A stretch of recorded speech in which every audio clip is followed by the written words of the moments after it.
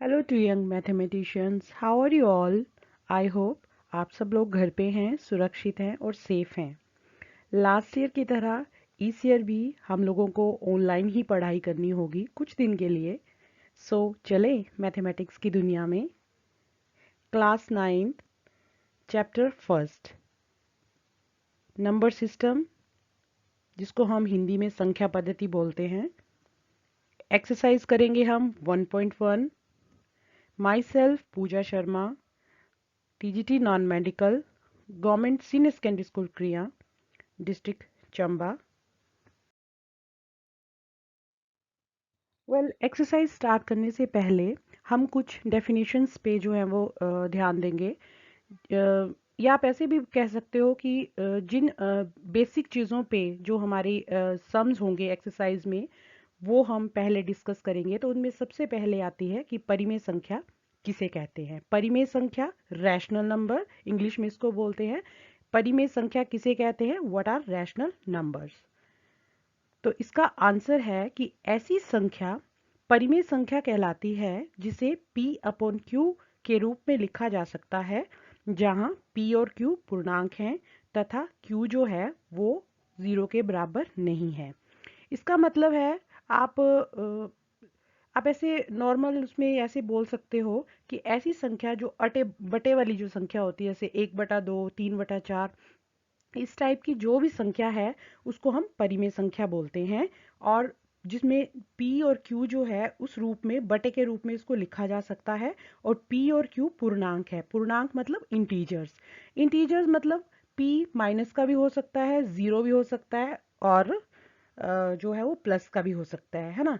और q जो है, एक इन्होंने एक कंडीशन लगाई है कि q is not equal to zero. हालांकि q जो है वो पूर्णांक है, लेकिन फिर भी वो जीरो के इक्वल नहीं हो सकता। ठीक है, क्यों? इसका जो आंसर है ये आप अपनी जो अपनी हायर क्लासेस है उसमें आप इसको फाइंड आउट करोगे। फिलहाल के लिए आप इतना इसको याद रखो कि ऐसी संख्या परिमेय संख्या कहलाती है जिसे p अपॉन q के रूप में लिखा जा सकता है, जहां p और q पूर्णांक हैं तथा q is not equal to zero है। ओके, अब इसके बाद एक क्वेश्चन अराइज होता है कि क्या शून्य एक परिमेय संख्या है?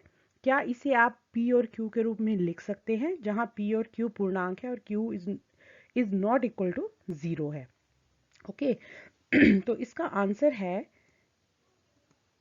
कि हाँ, शून्य को p और q के अपॉन q के रूप में हम लिख सकते हैं, जबकि p 0 और q 1 से 1 2 और कहीं मतलब कोई भी नंबर जो है वो q हो सकता है। यहाँ p और q पूर्णांक है, इंटीजर्स हैं, और q is not equal to zero है। q को ऋणात्मक पूर्णांक भी ले सकते हैं। q जो आपका हर में आता है, बटे की जो जो संख्याएं होती हैं, p को हम अंश बोलते हैं और q को हम हर बोलते हैं। और ये जो इसमें क्या है कि q जो है वो नॉट इक्वल टू जीरो है, और q को ऋणात्मक पूर्णांक भी ले सकते हैं। एग्जाम्पल्स मैंने यहाँ पे कुछ एग्जाम्पल्स आपको साथ में दिए हुए हैं। ये आपके आगे एग्जाम्पल्स। 0/2, ये इसको जब हम सॉल्व करेंगे तो ये जीरो आंसर आएगा। उसके बाद का एग्जाम्पल है 0/4, इसको जब हम सॉल्व करेंगे तो आंसर जीरो आएगा। और 0/-3, जब हम q को -3 लेंगे तो ये इसका आंसर जीरो आएगा। तो इसका मतलब है कि हम q को सॉरी, जो जीरो है ये एक परिमेय संख्या है और हम इसे p/q के रूप में लिख सकते हैं। Okay, let's start with the first question.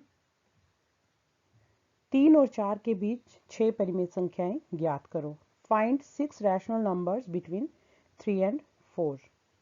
तो इसको सॉल्व करने से पहले मैं आपको बता दूं कि किन्हीं भी दो संख्याओं के बीच में हम इनफाइनाइट रैशनल नंबर्स जो है वो फाइंड आउट कर सकते हैं। सबसे पहले जो आपको पहली संख्या दी है 3, उसको हम a मान लेंगे और दूसरी संख्या को आप b मान लेंगे। तो इन दोनों के बीच की जो पहली संख्या होगी वो इस ये जो फॉर्मूला है, इस फॉर्मूले से फाइंड आउट हम करेंगे। a plus B upon 2। a मतलब 3, b मतलब 4, इन दोनों को प्लस करेंगे और उसको 2 से डिवाइड करेंगे तो 3 और 4 के बीच पहली जो है वो हमारे पास परिमेय संख्या आ जाएगी। q1 1/2, 3 + 4। 3+4 7 हो गया, तो Q1 हमारे पास 7/2 आ गई। अब 3 और 4 के बीच पहली संख्या हमारे पास 7/2 आ गई। अब जो दूसरी संख्या है वो हमारे पास 3 और 7/2 के बीच में आएगी।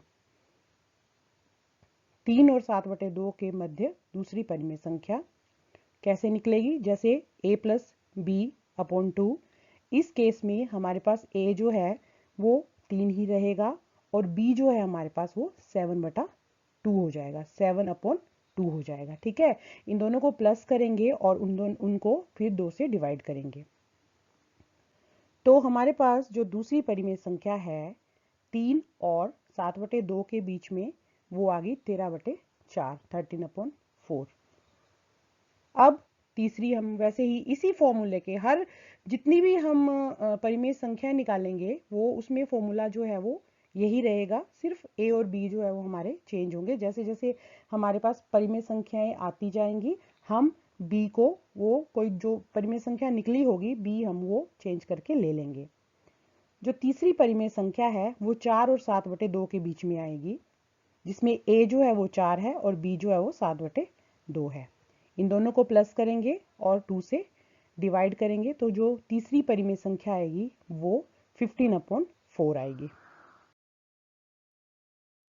ऐसे ही हम 3 और 4 के बीच में चौथी परिमेय संख्या निकालेंगे, जिसमें a जो है हमारे पास 3 आ जाएगा और b जो है वो 13/4 आ जाएगा। इन दोनों को प्लस करेंगे और फिर जो भी आंसर आएगा हमारे पास उसको 2 से हम डिवाइड करेंगे। इन दोनों को प्लस करने के बाद हमारे पास 25 आया, 25/4, और उसको जब हमने 2 से मल्टीप्लाई किया तो 25/8 हो गया। वैसे ही हम पांचवी परिमेय संख्या निकालेंगे और पांचवी परिमेय संख्या जो है वो 4 और 13/4 के बीच में निकलेगी। 13/4 और 4 को प्लस करेंगे तो हमारे पास 4 जो है वो एलसीएम है, 4 चौके 16 हो जाएगा, 16 + 13/4 हो जाएगा और 4 और 2 1/2 मल्टीप्लाई हो जाएंगे और ये जमा करके 29/8 आ जाएगा। और पांचवी परिमेय संख्या जो है वो हमारे पास 29/8 है। ऐसे ही 3 और 4 के बीच में हम छठी परिमेय संख्या भी ज्ञात कर सकते हैं, हम फाइंड आउट कर सकते हैं 6 रैशनल नंबर बिटवीन 3 एंड 4। इसके लिए a जो है हमारे पास वो है 3 और जो b है वो 15/4 है। दोनों को प्लस करेंगे, जो भी आंसर आएगा उसको 2 से डिवाइड करेंगे और 4 हमारे पास एलसीएम आ गया और 4 थी ये 12 हो गया, 15 ऐसे आएगा और 12 और 15 दोनों को प्लस करेंगे तो 27 आएगा और 4 जो है वो इन दोनों के बटे में है और 1/2 से हम इसको डिवाइड करेंगे तो 4/2 आ जाएगा, 4 दूनी 8 आ जाएगा। और इसलिए जो 6 परिमेय संख्याएं हैं 3 और 4 के बीच में वो ये आ गई हमारे पास 7/2, 13/4, 15/4, 25/8, 29/8, 27/8। और ये जो एक बात मैं आपको क्लियर कर दूं कि 3 और 4 के बीच में हम इनफाइनाइट जो है वो रैशनल नंबर फाइंड आउट कर सकते हैं। कैसे? जैसे अब अगर आपने और इनमें इंसर्ट करने होंगे रैशनल नंबर्स तो आप क्या करोगे, ए आप 7/2 को ले लोगे, बी आप 13/4 को ले लोगे, सेम प्रोसेस से दोनों को प्लस करोगे और डिवाइडेड बाय मतलब जो 2 से डिवाइड कर दोगे दोनों को, जो प्लस करके आएगा। वैसे ही अगले उसमें आप ए इसको ले सकते हो, बी इसको ले सकते हो, दोनों को प्लस करके 2 से डिवाइड करोगे तो इन दोनों के बीच की संख्या आ जाएंगी। ऐसे करते आप ए और बी को चेंज करते जाओगे, इन दोनों के बीच में जो भी संख्या आएगी उसको आप ए बी ले सकते हो। तो ऐसे ऐसे करते आप इनफाइनाइट जो है इनमें रैशनल नंबर जो है परिमेय संख्याएं जो है वो फाइंड आउट कर सकते हैं। इसी तरह हम दो परिमेय संख्याओं के बीच असंख्य परिमेय संख्या भी ज्ञात कर सकते हैं। इसको सॉल्व करने के लिए थोड़ा सा लंबा प्रोसीजर हो जाता है, एक और प्रोसीजर है, एक और विधि है इसको सॉल्व करने के लिए जो मैं आपको अब बताऊंगी। दूसरी विधि है, आपके पास क्वेश्चन है 3/5 और 4/5 के बीच 5 परिमेय संख्या ज्ञात करो। आपने 5 रैशनल नंबर्स फाइंड आउट करने हैं 3/5 और 4/5 के बीच में। लास्ट जो आपने दूसरी पिछली उसमें किया है उसमें आपने क्या किया था कि जो ये जैसे ये 3/5 इसको ए माना था और 4/5 को आपने बी माना था, दोनों को प्लस किया था, बटे 2 किया था, तो आपके पास इन दोनों के बीच में एक परिमेय संख्या आ गई थी। ये शॉर्टकट मेथड है, इजी है, तो इसमें क्या होता है कि जितनी आपको परिमेय संख्याएं फाइंड आउट करने को दी होती है उसमें आप एक प्लस करोगे, है ना। और मैंने आपको बोला है कि रैशनल नंबर का ये जो 3 है इसको अंश बोलते हैं और 5 को आप हर बोलते हैं, न्यूमरेटर एंड डिनोमिनेटर। ओके, तो 5 में जब आप एक प्लस करोगे 6 आएगा, तो 6 से आपने 3 को भी मल्टीप्लाई करना है और 5 को भी मल्टीप्लाई करना है और 4 को भी मल्टीप्लाई करना है और 5 को भी मल्टीप्लाई करना है। कैसे, देखिए 3/5 आ गया, इसको 6 से मल्टीप्लाई किया, अंश में भी हर में भी न्यूमरेटर में भी डिनोमिनेटर में भी, 6×3 = 18 आ गया और 6×5 = 30 आ गया। वैसे ही 4/5 है, इसको आपने 6 से मल्टीप्लाई किया, 24/30 आ गया। आपके पास दो संख्याएं आ गई हैं, ये 18/30 और 24/30, है ना। तो आपने क्या करना है कि 18 से 24 के बीच की आपने जितनी भी संख्याएं हैं वो ले लेनी है। और 30 आपका सेम है, हर आपका सेम है, तो आप इनकी जो बीच की संख्याएं हैं वो इजीली ले सकते हो। तो ये आपकी 3 और 5 और 4/5 के बीच की जो 5 आपके पास परिमेय संख्या आएंगी वो आएंगी 19/30, 20/30, 21/30, 22/30 और 23/30। That's all for 1.1. Have a nice day.